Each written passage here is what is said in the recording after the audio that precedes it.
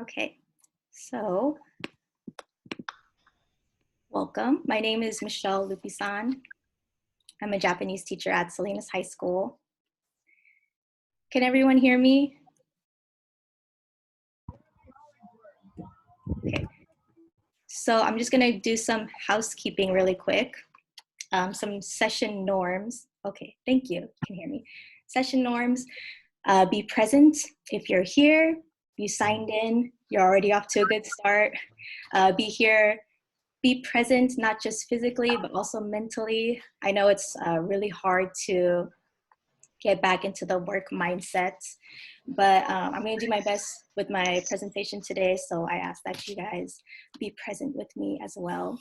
If you could, please mute your mic during the session. This really helps to reduce the feedback so that everyone can hear clearly. And I see that some people didn't catch the link for the sign-in. The slides for this presentation are actually on the Sketch website. So the PDF slides are on there. If you would like to minimize Zoom and then follow along through that, the slides also have the link for the sign-in sheet. And then if you have any questions or comments throughout the session, please feel free to use the chat function. You can comment or ask questions through there. I'm going to try my best to keep an eye on the chat box throughout the session. So again, if you could please mute yourself so that everyone can hear clearly. Oops, sorry. Okay, so this is the agenda for today and the objectives. So first I'm going to go into how to engage students through content-driven lessons.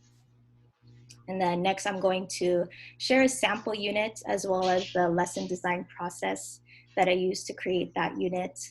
And then lastly, I'll be going over authentic materials and some sample activities that you can do using those materials. Okay.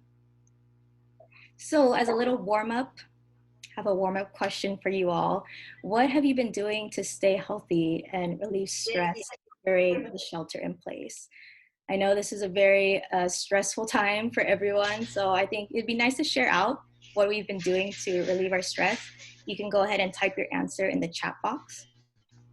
For me personally, I've been trying to make sure I walk every day just for, you know, change of scenery, get some fresh air, and also get my body moving. So I see that lots of you are walking as well, doing some yoga, meditating. Try to belly laugh every day. Oh. 2 miles a day. That's impressive. Hiking, that's nice.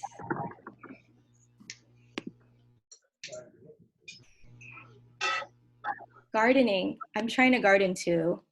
I started planting green onions and mint. Strength training, weightlifting. Nice. So it looks like I see a lot of us are doing a lot of exercise, physical activity, mindfulness with meditating.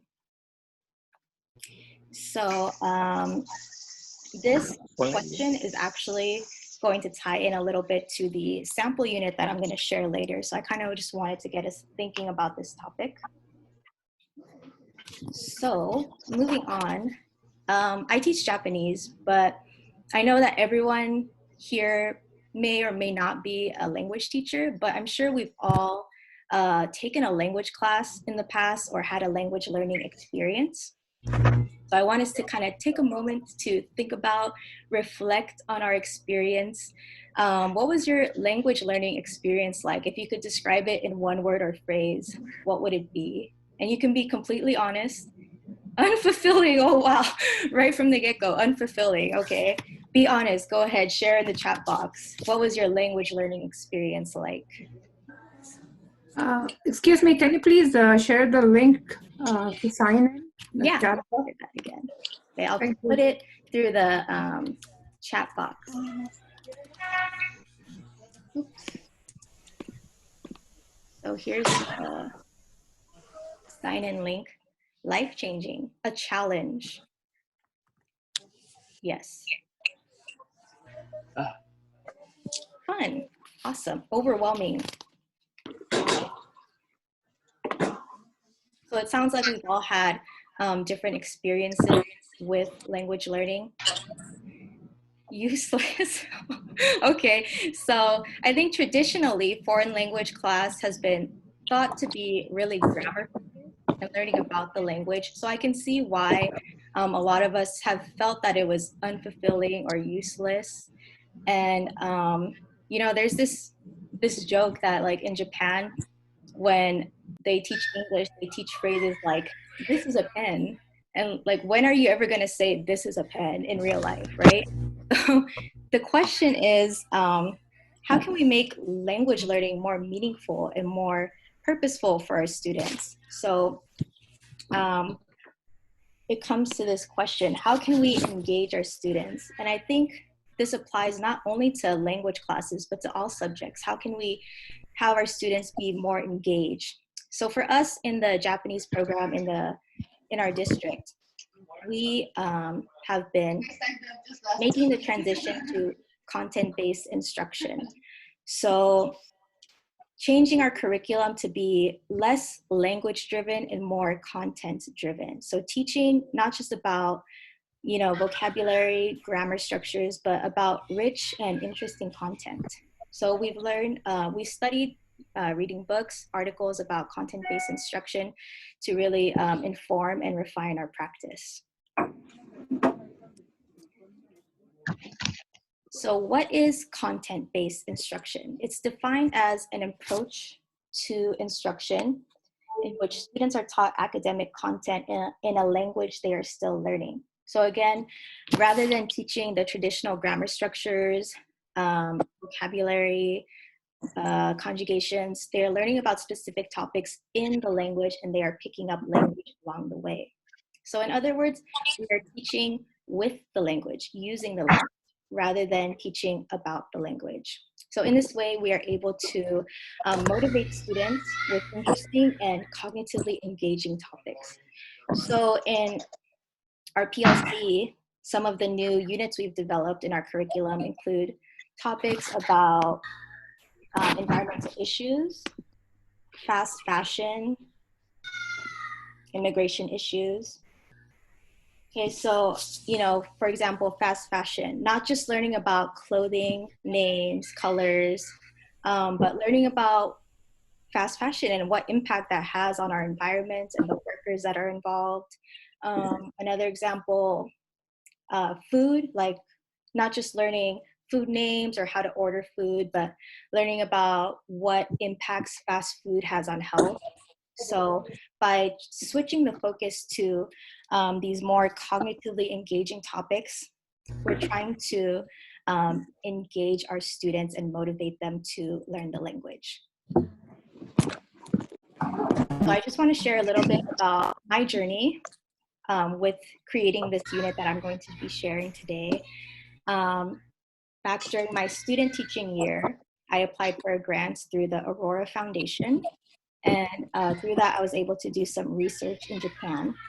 And I was really inspired by the content-driven lessons that we were doing in our PLC. So I wrote a proposal to explore current social issues in Japan.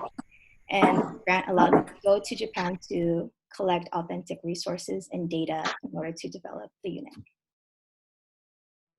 So I had to ask the question, what topics are interesting and relevant to my students? So at the time I was teaching mostly Japanese 3 and AP, which are juniors and seniors. So I thought, high school students, what are they thinking about at the most at this time? And a lot of them were so consumed with AP tests and their grades and college applications. So I thought, why not explore what high school students in Japan go through, what their experience is like in high school and what challenges they face. So I decided to, just a minute. I'm giving some reminders, so please mute your mics. I don't know.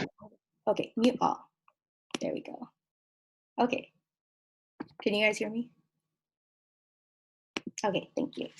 So I decided to do some further research on what kind of issues students in Japan face. And so I learned that there were a lot of issues, for example, bullying and truancy.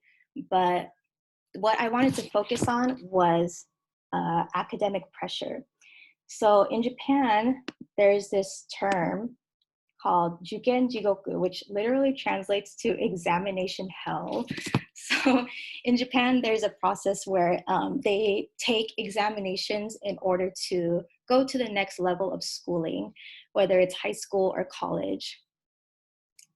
And so there's this idea that you need to get into a good school in order to get a good job, in order to live a good life. And so you can see that the pressure starts really early for students in Japan to do really well on these examinations in middle school and high school. And there are these societal expectations and pressures to get into a good school, to get a good job, to live a good life. And so I found that this was really relatable to our students here. You know, a lot of my students, they were taking like 4 or 5 AP classes on top of extracurricular activities, you know, hours of doing homework every day. And, you know, this is all at the cost of what, right? So I had this question: does this traditional path of going to college, getting a good job, living a good life, is that the true path to happiness? Does this make someone quote unquote successful? And what about those students who choose different paths, like working after high school or learning a trade? You know, I have a really dear friend who he sort of took the unconventional route, as they would say, and he decided to work rather than go to university. But he has a passion for finance. And so he works a day job to make a living. But on his free time, he studies and he practices trade. And, you know, I can see that he's really driven to work towards his goal and that he's really happy and content with the path that he chose. Whereas on the other hand, I know a lot of people who have taken the traditional route. They went to college and now they have a job that they may or may not be in love with, but they do it to, you know, make a living and to pay off student debt. And so I totally believe that education is extremely valuable, but I also recognize that everyone has a different path. And so I think we can all agree that at the end of the day, we just want our students to live a happy and fulfilling life, regardless of what path they take. So this was my idea, and these are the thoughts that sort of guided my research.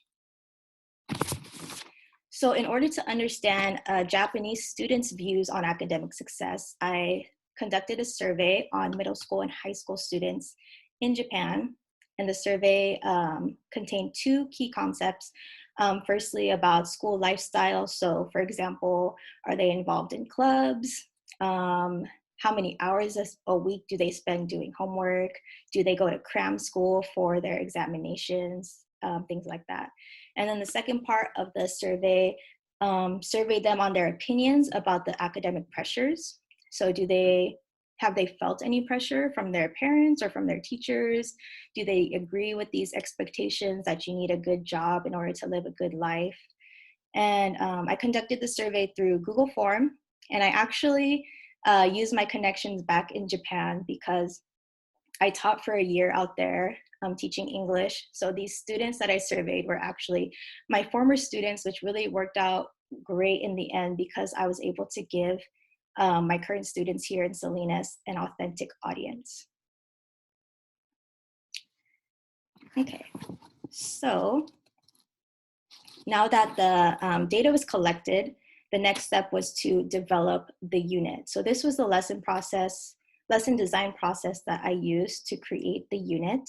And first step was to establish the focus for the unit. So I want to just take a moment to ask you all, what content would you like to explore with your students? what topics would be interesting and relevant to them. So I'm going to be sharing the topic I chose in my unit. So maybe it'll give you some ideas of what you can do with your students, but I kind of want you guys to just keep in the back of your mind, you know, what topics, what content would you like to explore with your students?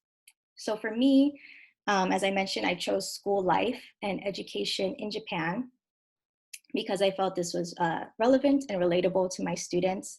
And I saw that the academic pressure and societal expectations were seen in both countries.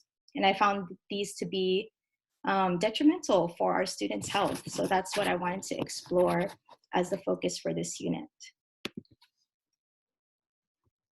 Okay, so in this new unit, rather than, again, focusing on, you know, like classroom activities, classroom items, take the focus off of that and then focus on high school lifestyle and the issues surrounding mental health. So to push even further, how is this academic success tied to happiness and satisfaction with life? And how can students sustain a school lifestyle that will allow them to feel more fulfilled? So to get students to start questioning that traditional mindset, I developed this new unit to examine mental and emotional health through the lens of high school life in both countries. And the unit title was Education, the True Path to Happiness, ? Okay, so again, getting students to question and to think critically. Okay. So as an end goal for this unit, I had to ask what information do the students need to know? What do they need to read? What things do they need to talk about? And what will they need to present in the end? So for example, they would need to read blog posts on how to manage stress during examination period, get information on that, talk about what's stressing them out with their classmates, and then share tips for stress relief. And then lastly, take action by creating a video message to encourage students, Japanese students who are stressed out with their exams, and offer them tips on how to relieve stress.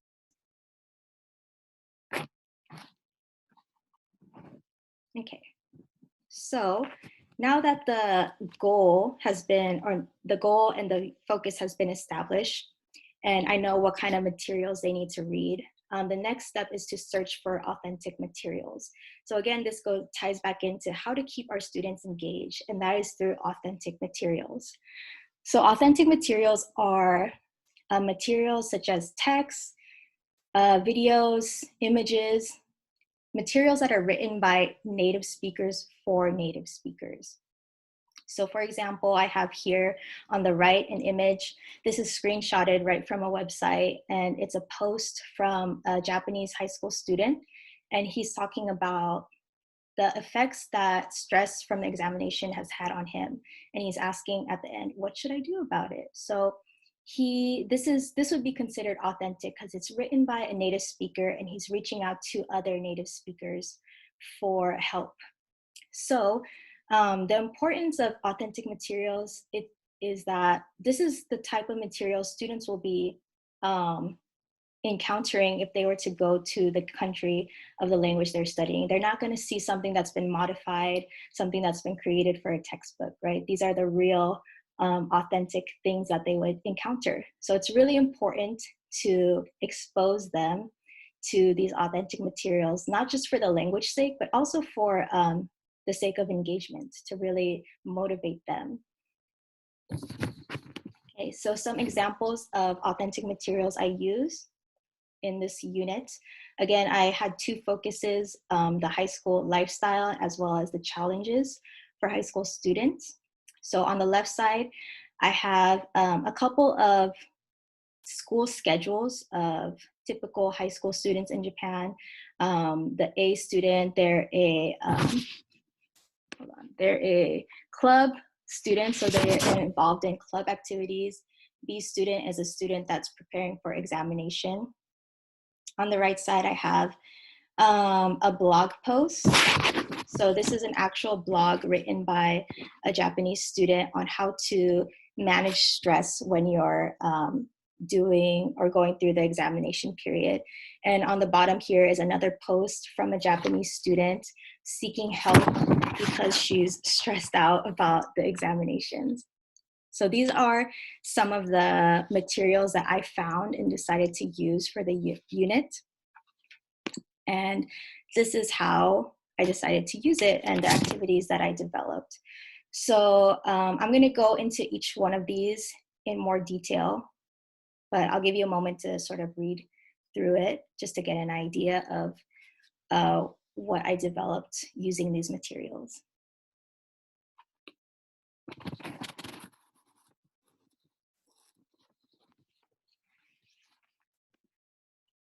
Okay, so now that I have the materials chosen, the next step is to develop the tasks. So for this, I decided to use the Surface Deep Transfer Learning Framework by Fisher, Fry, and Hattie from this book, Visible Learning for Literacy. So we have been reading this book in our PLC, Japanese PLC, this past year and trying to incorporate it into our lessons. Traditionally, it's seen to be for the ELA classroom, but we found it to be very transferable for our classroom, and I'm sure it's totally usable in other subjects as well.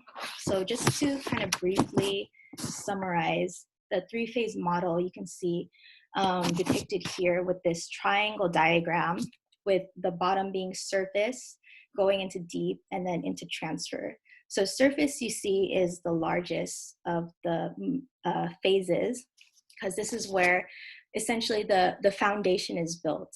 So they learn all their foundational skills and concepts here in the surface learning, and a lot of learning takes place in this phase. When you go into the deep learning phase, students start to make more personal connections. They work on their organization skills and concepts, and they start to do more critical thinking in this phase. And then lastly, in the transfer phase, students apply the skills and the knowledge that they learned in the previous phases to a completely new, different situation, different context. So transfer learning can be separated into near transfer and also far transfer, which I will get into as well later. But transfer is, they say in the book, the ultimate goal of learning, because that's where you know that it really solidified what they learned when they're able to transfer it to a different situation. So you're probably thinking, what kind of activities does that include? So this is a really useful chart from the book where it includes types of activities, strategies that you can use for each phase. For example, surface learning has annotation, wide reading, deep learning. They do more metacognitive activities, discussions, transfer learning, problem solving, extended writings. The numbers that you see here on the right, this is the effect size. So they say that an effect size of 0.4 or higher is really effective for student achievement.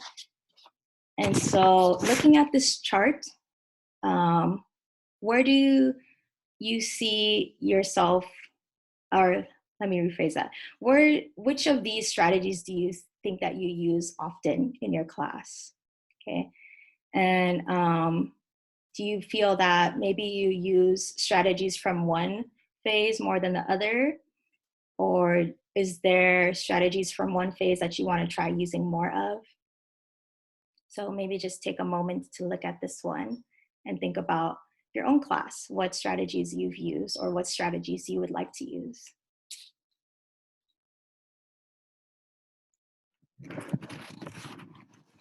Okay, so again, the three phases, they are surface, deep, and transfer. Okay, and then again, surface is the foundational skills. Deep is more personal connections, more critical thinking. Transfer is where they take what they learn in a different new situation. So now that we've had that established, I have a little activity for everyone. I have some sample activities here.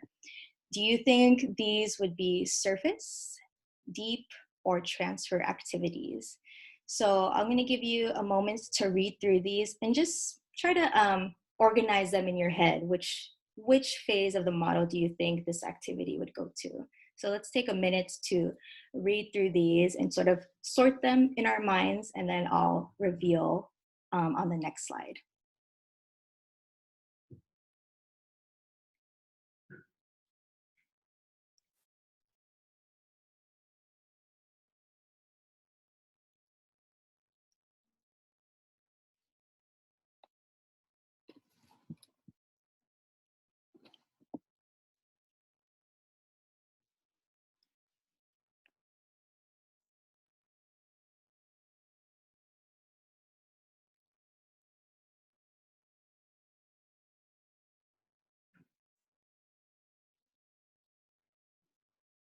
Okay, so hopefully you guys had a moment to read through those.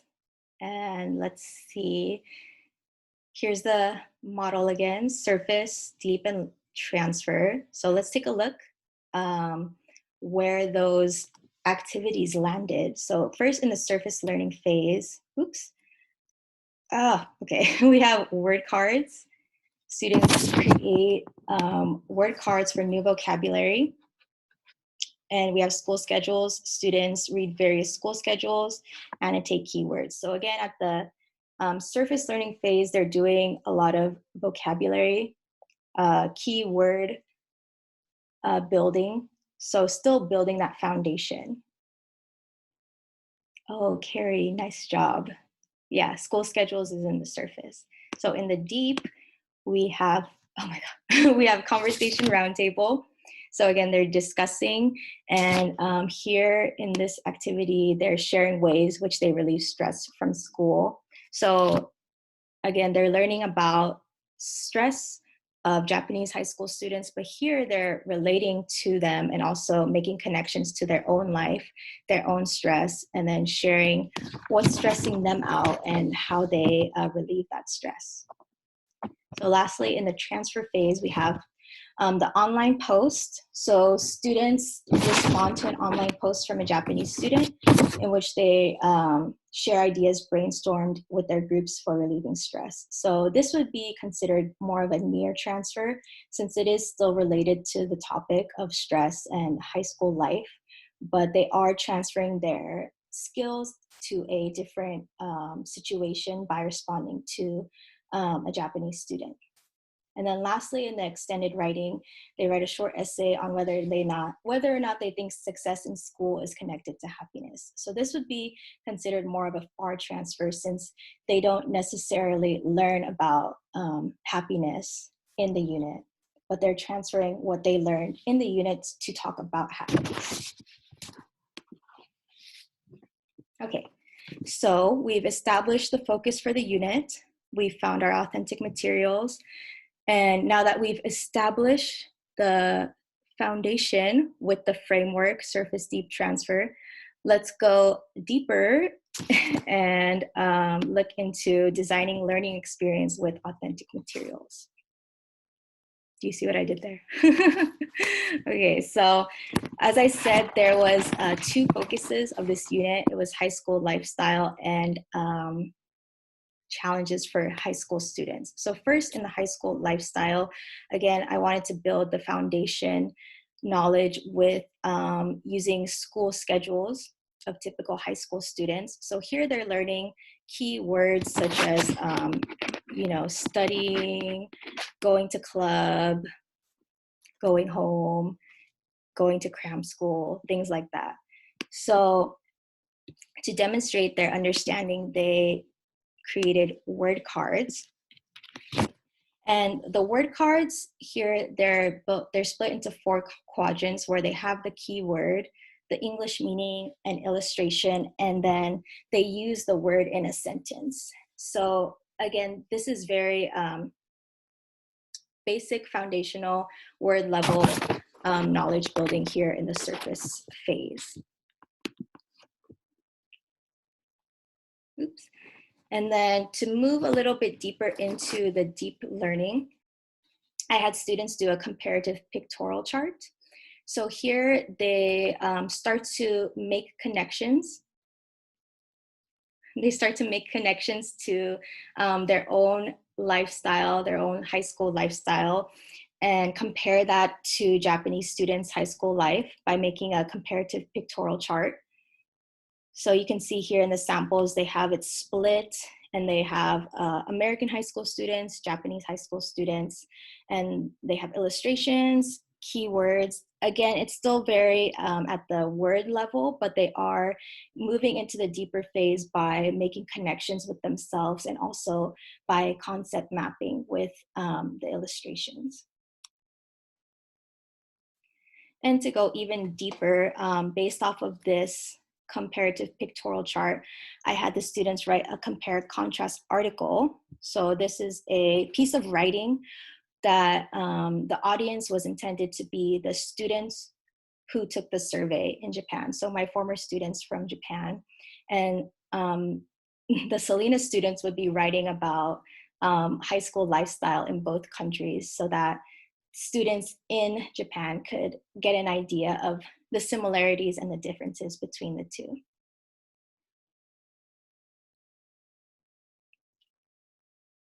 Okay, so moving on to the challenges for the high school students. This is the material that I introduced earlier about the student who was looking for advice on his stress for the examinations.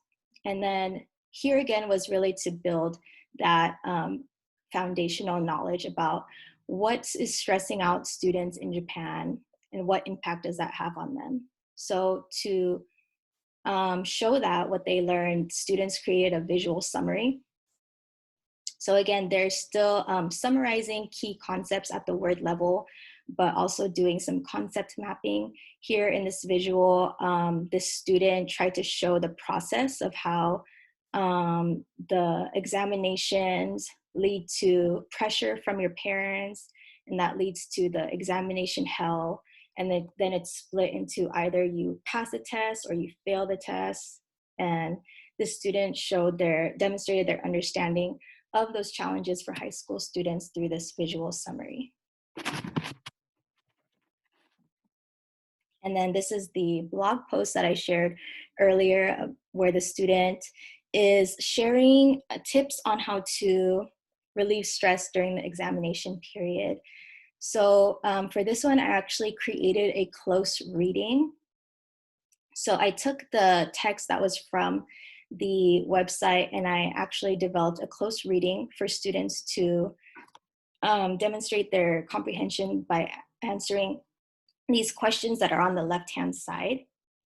And I did this through Google Doc, but I know that there are, web tools, web extensions that you can add directly so that you can use the website itself and then type the question on the website so that the students can actually be viewing the authentic website itself and answering the questions as they go.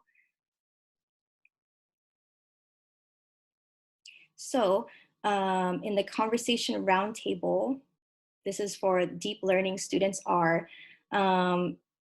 making connections and relating to Japanese students' stress by expressing what they're stressed out about, and then also sharing their tips for stress relief with their classmates. So kind of how we were sharing out in the beginning, what we do to relieve stress. This is what the students are doing here. So I'm just gonna show briefly. It's a little difficult to hear, but let's see if it works.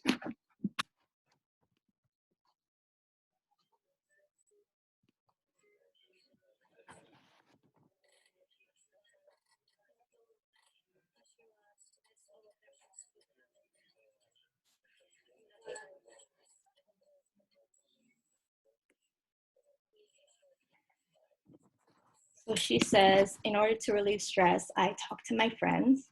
Communication is very important. Oops. And then they just go on to continue sharing tips of stress relief with their classmates.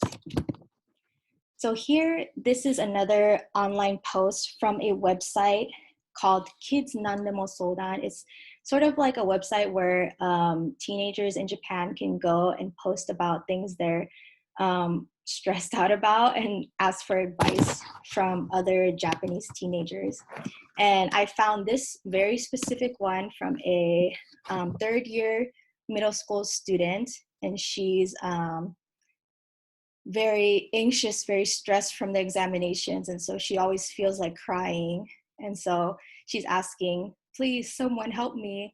And I showed this to my students and I told them, write a response. So they wrote a response to this girl, her name's Yumi-san. So this is the actual website. And if you scroll down in the comments section, these are actually comments all from my students from Salinas High School. So Pablo here, Sonia, Jennifer, Tatiana, Spider-Man. Okay, wait. Oh, okay. This is Jacob, but he nicknamed himself Spider-Man. So using what the students learned about stress relief and the language that they acquired along the way, I had them write responses to the student to send her words of encouragement and to also give her some tips on how to relieve stress. So for example, Jennifer says, "Hi, I'm Jennifer. Examination is really frustrating, isn't it? To relieve stress, I draw and I watch movies.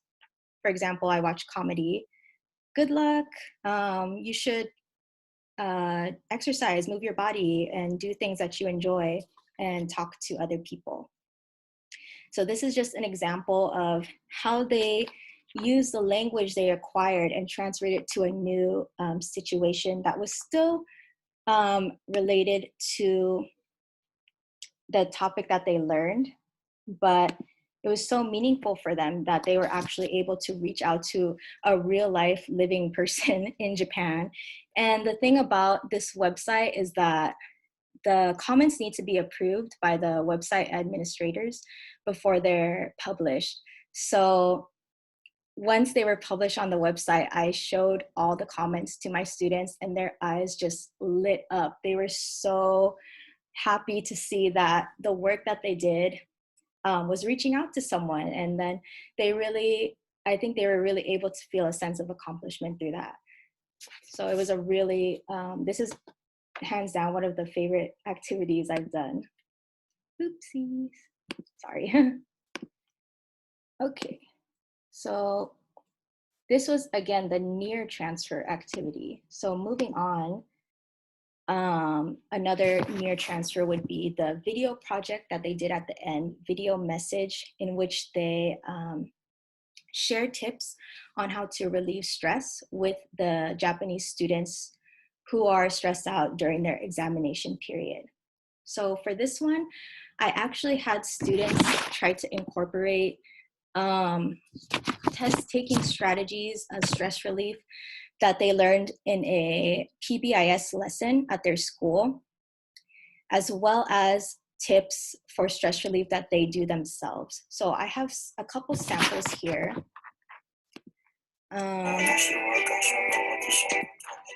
You can see here, he's showing himself actually do the stress relief method, like exercising, listening to music.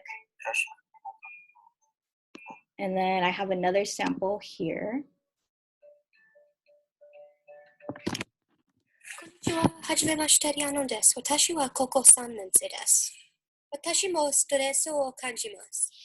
アメリカ人の学生は AP テストを受けますが、日本人の学生は受験をします。それから日本人の学生は受験戦争をします。受験をするのでストレスがある。日本人の学生はたくさんストレスがある。学生はたくさんストレスがある。だからストレスを解消することは大切です。私にとってストレスを解消するために、友達と話したり、お袋の味を食べたり、思い切り好きなことをした方がいいです。ストレスを解消した方がいいです。頑張って。So in the beginning, she was comparing the stresses of students in both Japan and America. And then she goes into sharing her methods of stress relief, which were like eating comfort food, talking to her friends, and doing things that she enjoys. So again, they're taking what they learned in the unit to take action and reach out to students who they really resonate with, because this topic of stress really, I think it really hit home for them. And so being able to share what they do and reach out to the Japanese students, I think was really meaningful for them. So lastly, in the last phase of the transfer learning, FAR transfer. So I really wanted to try a FAR transfer activity, but I was also very intimidated because I wasn't sure how to get students to talk about something that was in a totally different context or situation. And so I consulted with my mentor, Yoazama. He was the one who guided me through this whole process of developing this unit. And then we sort of develop this article prompt together. And I'll just read it out here. It says, "You have learned about the process of what it takes to become successful in school and career life.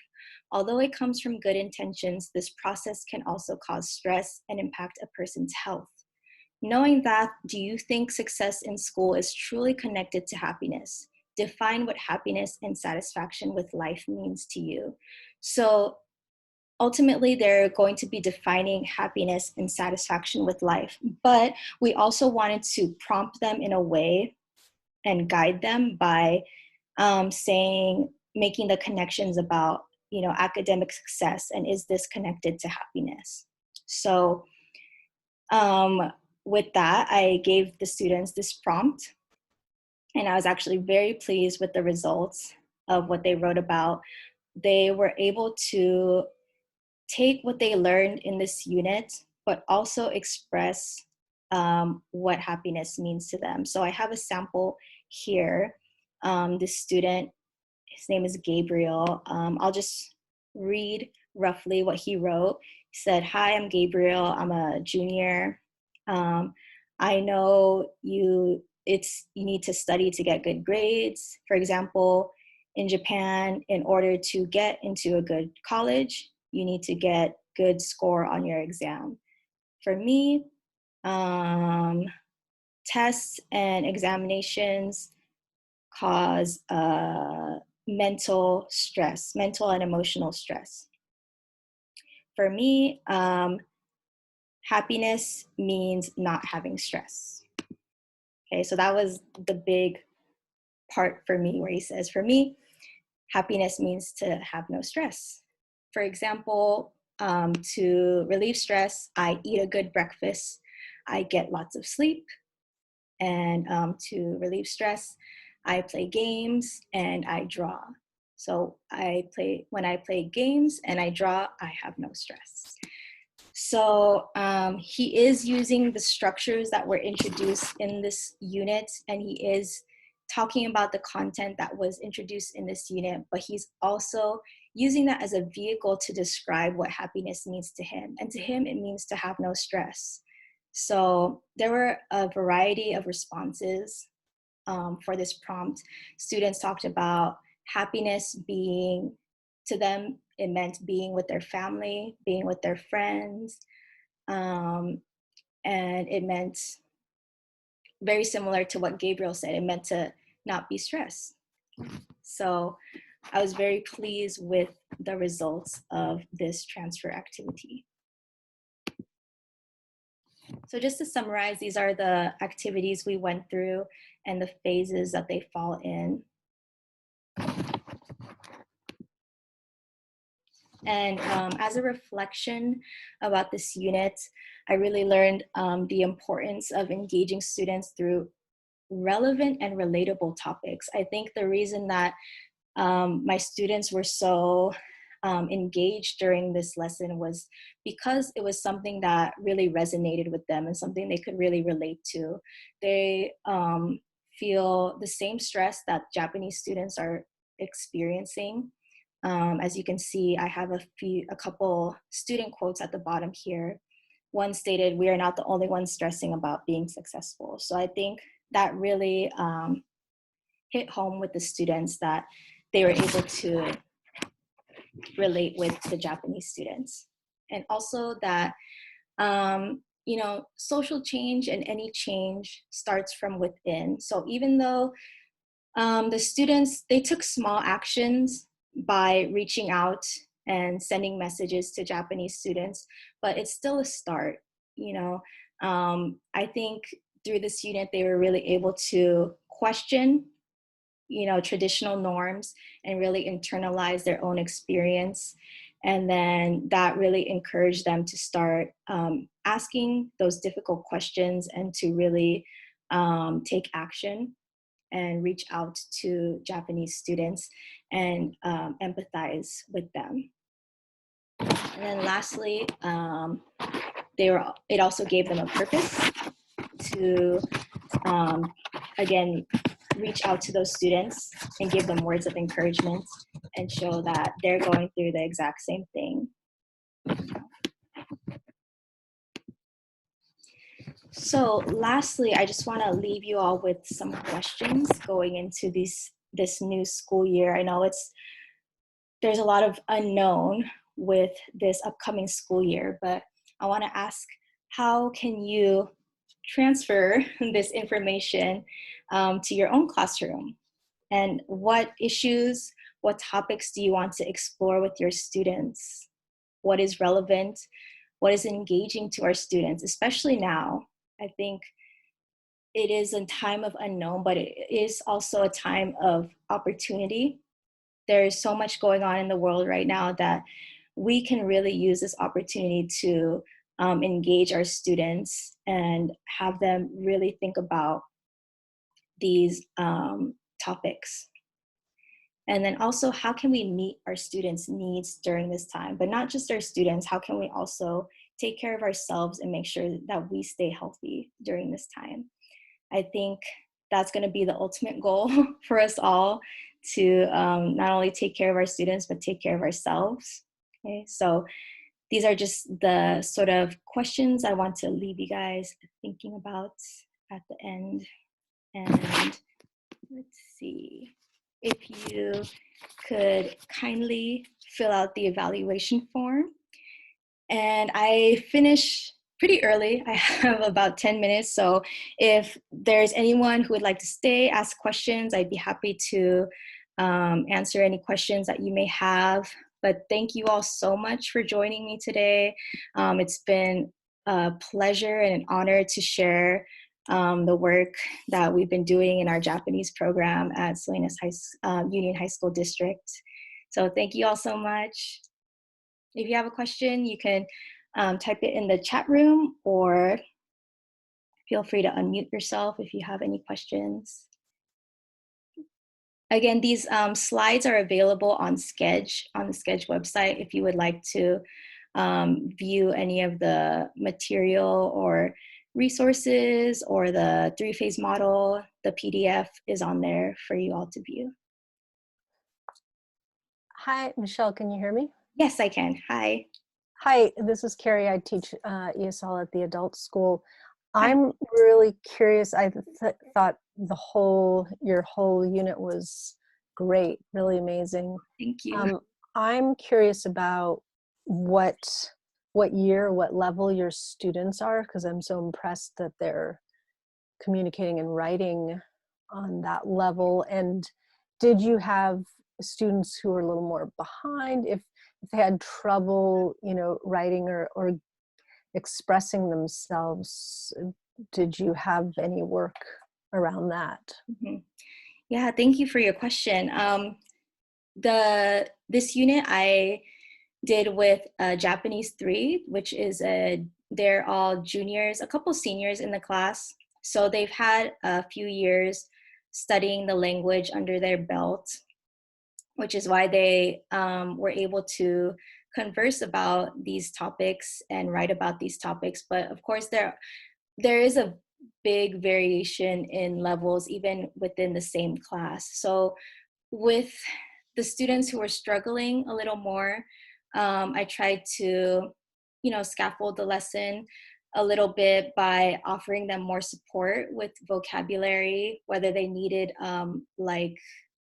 flashcard, Quizlet flashcards to study the vocabulary and really get that down, or if they needed to use their handout and their resources as a support while they were either writing their article or discussing with their group mates. I think in the discussion portion, it also really helped to pair them up intentionally with students who can also help guide them throughout the discussion and kind of encourage them to participate by asking them the right questions and helping them to share their answers. So just lots of different strategies to help those students who may have felt a little bit of the struggle with the topic. Great, thank you. Thank you. Can you confirm, I have a question from Natalie. Confirm the term, I heard you saw near transfer, but what is at the very top? Yes, far transfer. So transfer is at the top of the model, but it can be split into near transfer and then far transfer. So far is like a completely different situation from what they have learned in the unit. So in my case, I decided that to be the topic of happiness. So throughout the unit, they didn't learn about happiness at all or anything related to happiness. They learned about high school lifestyle and the stress that it causes for students. So having them to suddenly talk about what does happiness mean, it was sort of, a stretch for them. So that was my intention for the FAR transfer activity. Thank you. Are there any other questions?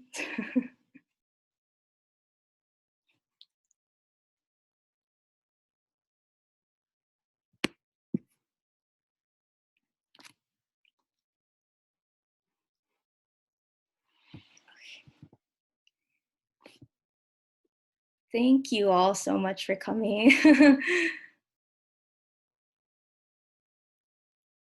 Yeah, I'll put the feedback bit.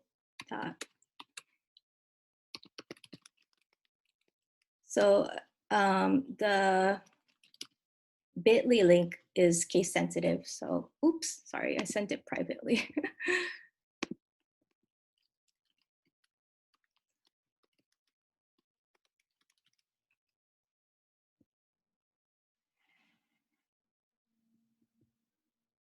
Oh, hi, Carlos. Thank you so much.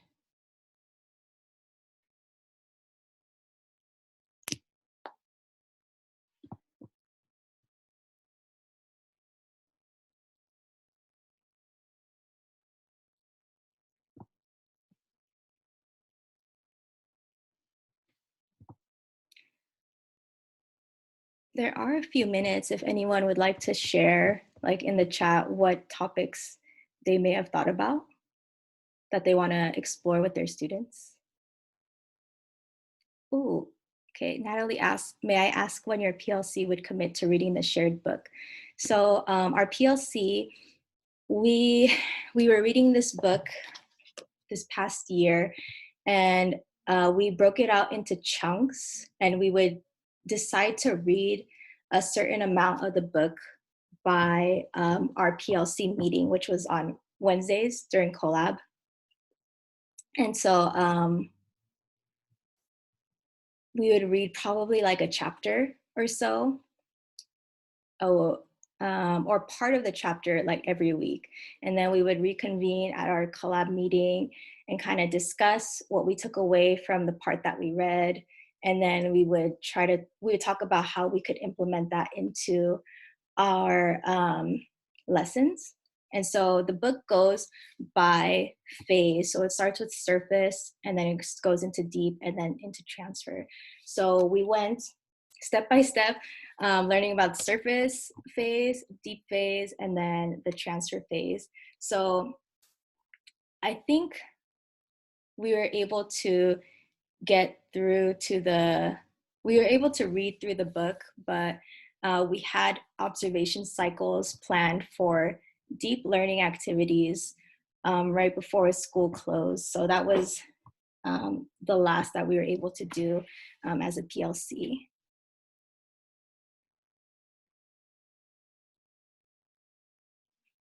Thank you. Did your students have issues accessing the online discussion forum? Yes. Clayton, you probably know this because you taught it as well, but the online discussion forum was blocked by on their Chromebooks. So I had to have students actually access the forum through their smartphone or their personal device. And then that way they were able to get through to the website and then post their comments to the Japanese students.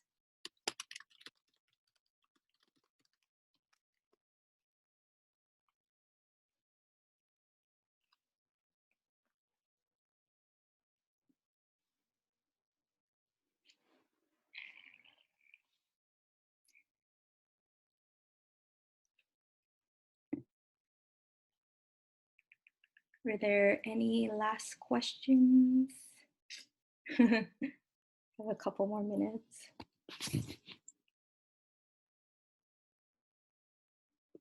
Last time I subbed in a Japanese class, I shared my experience when I lived in Japan. Oh, nice. I think my students always enjoy when they have a sub that has been to Japan. But again, I really encourage everyone to look into this surface deep transfer method. I think it applies not only to ELA or to language, but very useful in all subjects.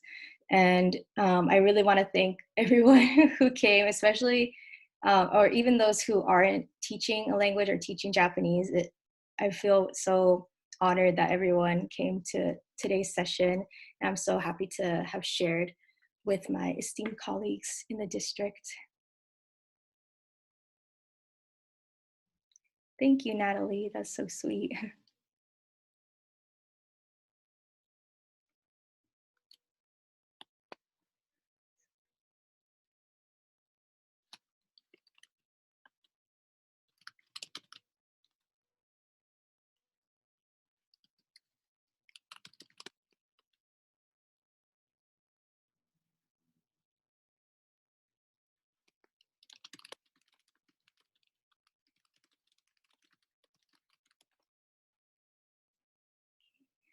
So I'm going to